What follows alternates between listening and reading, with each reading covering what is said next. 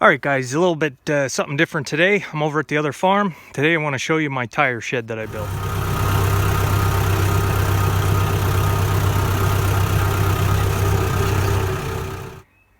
All right, so it's quite a few years ago since I built this shed. A little bit of the history on it. I didn't know it back when I was a lot younger. I didn't know there was a concrete foundation back here. The grass had grown over it and you couldn't even see that it was concrete. One day I was out for a hike and I noticed that there was actually a concrete pad here with like a ridge all the way around a concrete. I got a shovel out and I shoveled the whole thing off and found it was a pretty nice little concrete pad here just before you go into the woods. The reason that the concrete pad was here, this was actually the milk house before they had put the milk house on the barn. There's a trench inside where they used to stick the milk cans. So I never completed this shed totally. I wasn't finished with it. I didn't get to paint it or anything like that. The top was left open with that particle board because I was going to put those clear light panels in to give me a little bit more light. But this shed, the roof was used tin I got for free, so we put that on. Most of the lumber was here. These 1x6s that are really weathered here. These I got at my local sawmill. They were fairly cheap. So what I do, I just framed it in 2x4s and then I put the particle board on. So particle board isn't very weatherproof. It doesn't last very long. So what I do on buildings like this that I want to have the double sheething on just for strength, I didn't build it like a pole barn.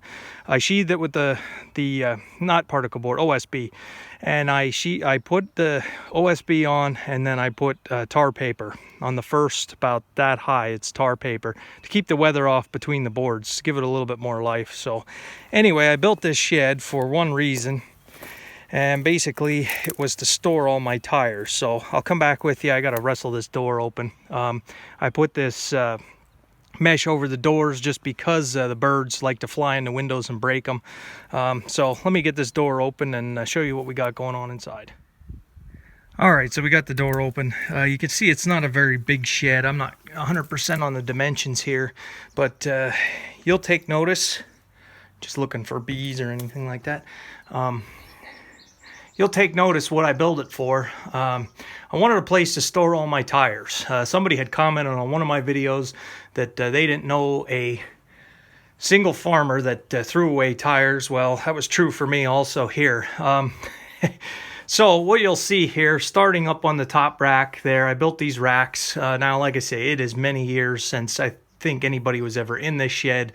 It's just kind of sitting here full of tires. But starting out on that end, I had the 16-inch tires. So there's a 16-inch 3-rib ag tire. There's some implement tires. And then just like some car tires, we're working our way down. There's 15-inch. There's a spare front for the Super C. And we panned back in there.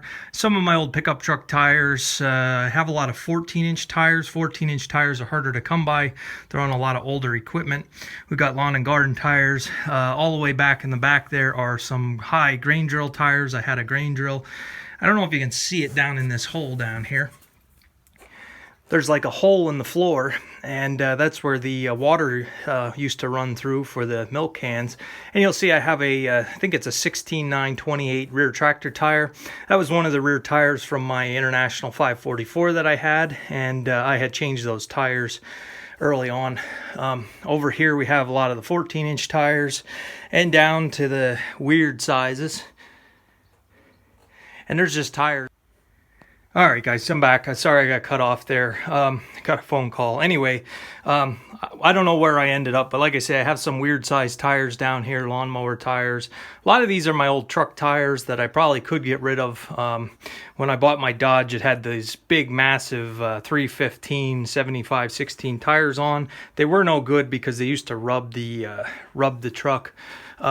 We got some smaller ag tires there, and truck tires. These are a bunch of 10-120 tires, and the reason for all these 10-120s is I had two Lodestar grain trucks over here. I had a 78 and a 63, and not all the tires were the best on it, and I had people giving me tires. Some of these are pretty good, but just saved them. I even have some on rims here. So we get down to like the wheelbarrow size, some of the lawn and garden size, And as a matter of fact, inside this dresser, this old dresser I had saved, in this dresser I have tubes, different size tubes, tube patches, and a lot of like the plastic caster wheels. I have some push mower tires. Basically, this shed was built to hold tires and to kind of organize them so they're not all on a pile. I don't like storing tires outside just because you store them outside, they get dry rotted from the sun and they fill up with water. So when the tires are filled up with water, all it's doing is making habitat for mosquitoes and all that kind of stuff. So haven't had to come over here yet. In my current farm operation over at the main farm, haven't needed any. And probably those implement tires up there I'd save. Those might work on a hay wagon, so we want to save those. But yeah, this is the tire shed. You can see light up there. Like I said, this tin was recycled. I had used the 50-year silicone to patch all the nail holes, and then I coated it with aluminum roof coating, so I don't see very much water damage in here. As a matter of fact, the only thing I'm seeing are some carpenter ants, so yeah, I wanted more light in here. Like I say, that's why I was going to put the light panels across the top there, make it a little bit nicer. I never really finished this shed. Ran out of some lumber there. You can see over the windows we have our some more of this grating just to keep the birds from breaking the windows. I don't know what birds just love flying into the windows. These are the old single pane. The windows we had here on the farm, I just recycled them. So basically, to build this shed, we had the 2x4s here. I got the tin for nothing. The sheeting for the roof, the lumber up there was here. All I bought was the OSB sheeting. We had the tar paper and the 1x6s on the outside, which I can get fairly cheap. And the only reason they're cheap is they're not kiln dried, so they tend to shrink. So that's always an issue. But if I can get in here, I can give you a sense of what we got going on in here.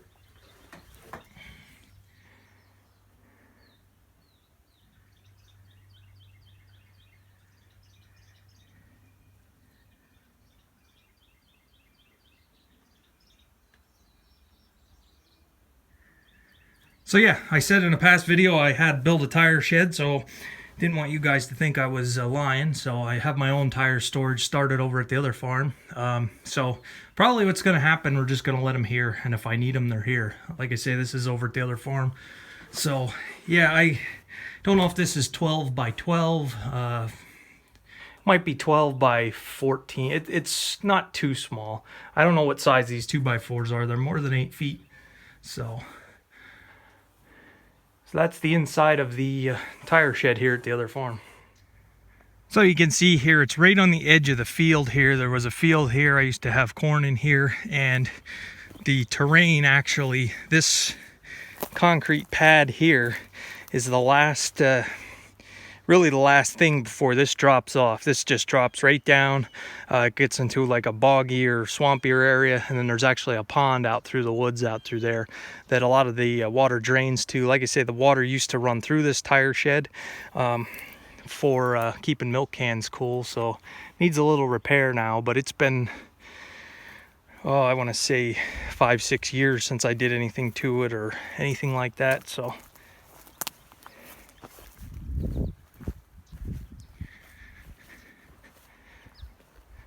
yeah, it was an easy build. It didn't cost me a whole lot, and I managed to have all my tires in one area. So this all has been grown up since I had this area pretty well rotocutted at one time, but at least you can still get back here if you need something.